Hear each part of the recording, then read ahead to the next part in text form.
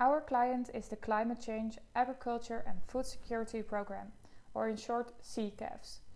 CCAFS is part of CGIAR, which is an innovation network of 15 research centers across the globe. The topics for this project were climate change, inequality within the agricultural sector, and youth in agriculture. The client challenged us to think of creative ways to address one or more of these topics in an interesting and realistic way to address people who are not familiar with these topics. The program works through co-development with locals, a bottom-up approach, to initiate climate-smart agriculture. Climate-smart agriculture is about increasing resilience in systems and productivity and reducing emissions. CCAFS also develops climate-smart villages, enhances capacity and learning, does research and evaluates practices and situations. CCAFS is an international program that currently works in Ethiopia, Tanzania, Uganda, Kenya, Ghana, Senegal, Niger, Mali, Burkina Faso, Guatemala, Colombia, Honduras, Nicaragua, El Salvador, Lao PDR, Cambodia, Vietnam, India, Bangladesh and Nepal. The applied goal we developed with the client was about how we could raise awareness to the people in more developed countries about inequality issues. We also aimed to giving them the feeling that they have the power to change the situation. We tried to symbolize this by making the player plans, so that even when they're a powerless creature, they can still do something. We hope that after the players finish playing, they get the understanding that, as a human, they can do a lot more than a powerless plant. We want them to try and give them an urge to do something with that. We did a lot of research about this idea could fit best within the vision of our client. On the first day we spoke to them and they gave us some feedback saying it should not only be about a tillage, but also about fisheries and cattle farms. This refers to the stereotype the first world has about the third world. Everybody works on a crop farm. However, there's an immense diversity of types of farms that exist in the third world. Eventually, due to time constraints, we still decided to make a game about a tillage farm, because that's the one we had artwork for. For the location, we chose Colombia because we feel Latin American is often forgotten when we talk about the third world. When choosing a country, we looked into countries that experience severe and multiple inequality issues combined with where crops could grow quickly. Colombia was the perfect choice because certain indigenous crops, such as pumpkin, grow in a matter of weeks. Also, small-scale farms in Colombia present 87% of Colombian farmers, and the agriculture sector generates 40% of the GDP. Moreover, Colombia is experiencing several climate change effects such as deforestation, soil degradation, drought, and high risks due to flood-prone areas and unstable highlands. Lastly, Colombia has many inequality issues that range from land grabbing, land displacement, conflicts with international farms such as monoculture, introduction of pesticides in traditional landscapes and seed laws. And lastly, gender inequality in women's inability to access land. Art-wise, the country of Colombia is very interesting to display in a game because it provides for beautiful backgrounds. Moreover, it introduces the player to unknown parts of the world in an interesting and accessible way. During the research, we encountered many decisions. For example, the art team first chose the country of Peru because it could provide for an interesting and unique design and a refreshing narrative. However, when we realized the client was not situated in Peru, and after brief consultation with the client, it became clear that we had to choose another country. Colombia appeared to be the right choice because based on the topics and the possible artwork, countries are rather similar. And minor changes in crop choice had to be made. Another major decision was the choice to develop a game from a plant POV, to follow the client instructions and make a creative game that addresses the issues in a captivating manner. Starting out as a plant seemed much more interesting than playing from a human perspective. The concept of our game is a visual novel in which the player plays as a plant. The player is taken care of by Andrea, a Colombian woman living on a small farm. Andrea talks about her challenging life, yet she stays positive and determined, which invokes an emotional attachment to her, so the player experiences sympathy and will try to help her.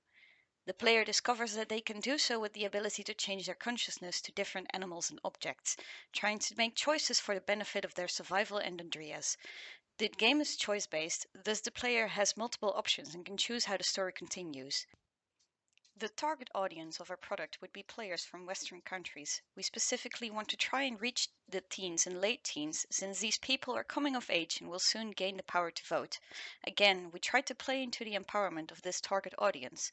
Thinking that you can't do anything to help others in need, playing as a pumpkin may seem helpless, but the message given boils down to you being an actual human being, and as such, you are way more powerful than just this little plant. You can do something too, and it is way easier than you might think. The prototype was tested by several students. We simply put the PowerPoint on presentation mode and let them play through the story on their own. Afterwards, they would fill out a survey. We questioned how the players felt and if the story was clear and logical. Sounds were not implemented, and after a few weeks our Unity build was not ready to be tested just yet, so we stuck with our PowerPoint prototype for time being and changed the story. Furthermore, we put in some art pieces that were ready and some sounds as well. We tested this the same way with an updated survey. One question was, did you want to help Andrea? Most playtesters responded to this with yes, and explained, Andrea was nice to me, or I felt really bad for her and her husband is a dick. Because we had little time and because of the situation involving the coronavirus, we weren't able to playtest the final build of the game. We designed the game to be accessible to every kind of player, and since it's a short but sweet game, we hope to be able to capture the target audience we had in mind. Since this target audience has grown up with a digital overload of information, we felt like we needed to convey the information in a way that would be easily digestible, yet very informative and impactful. At the start of the project, we had plans for different levels that included other locations where CCAFS is active. For example, a fishery in Vietnam or a cattle farm in an African country. These would also include a butterfly effect. For example, when the first level in Colombia was finished and the player would go to the next one in Vietnam, dialogue between Andrea and the Vietnamese main character would take place. Good deeds are shown in the next levels and in the background, and you would notice the world changing for the better. The characters would talk about what the player did earlier in the game and how it helped. There were also ideas for different perspectives for the player. When assuming control over the variants of animals, the perspective would change according to the animal the player is currently playing. Furthermore, art would be made for the respective perspectives. Be a pause and a wide view are examples of this idea. Laura Kate Dale reviewed our first prototype with Tnalp, one of the first teams focused on making a game about food sustainability. Sees the player to take on the role of a plant, able to hop its consciousness between creatures and aspects of an ecosystem. You play through a point-and-click adventure from perspective of various parts of the ecosystem, seeing how they interact and support each other in a circular fashion, and trying to affect positive change for a farmer in a developing nation.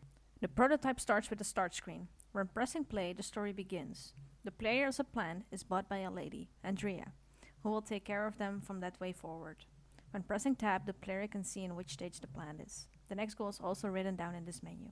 Each part of the story is shown as a day. Each day has day progression. Every time the player makes a choice, the day progression will go forwards. Each day ends in the evening, where the player will listen to Andrea. In order to go to the next day, the player presses the grow button, also in the tab menu. This functions as the progression in the visual novel. Every time the player grows, the plant will be in a different stage and eventually pumpkins are shown.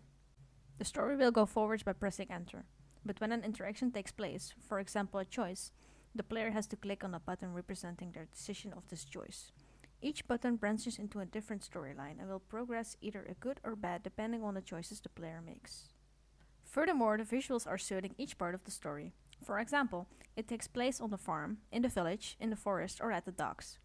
There's a visual feedback like fading in characters, a watering animation when the player gets watered by Andrea, and the character that talks at a specific moment is shown.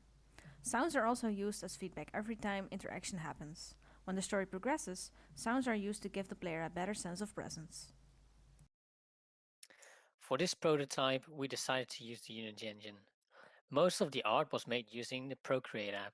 At first, we had adopted a system where a visual novel was based on one script. That script would be the master and would control each part of the story. The issue with this is that there's not much space for multiple branches, so I decided to design a more modular system which would allow all kinds of approaches. The new system is built on nodes, which means that each story element has its own script with functions and branch from that script to the next story item. This keeps everything very local and allows the system to branch to an infinitely wide and deep narrative, and through the use of scriptable objects, we've been able to create our narrative items easily and quickly, and through drag and drop you're able to assign them in no time. For the UI, we've decided to use a Doozy UI system plugin. This plugin will allow us to create simple UI systems with very advanced animations in the click of a button. This is very useful, especially for a visual novel like our game Tnalp. Furthermore, the game has been designed from an OOP co-design, and all main systems are ruled by a manager, which has many small subsystems that help the game come together and work.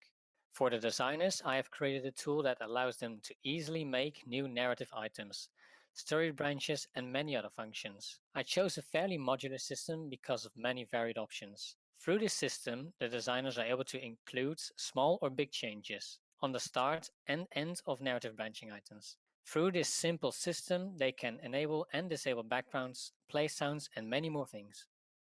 And with that, we conclude our presentation. Hopefully you learned many things about our process. Thank you for watching.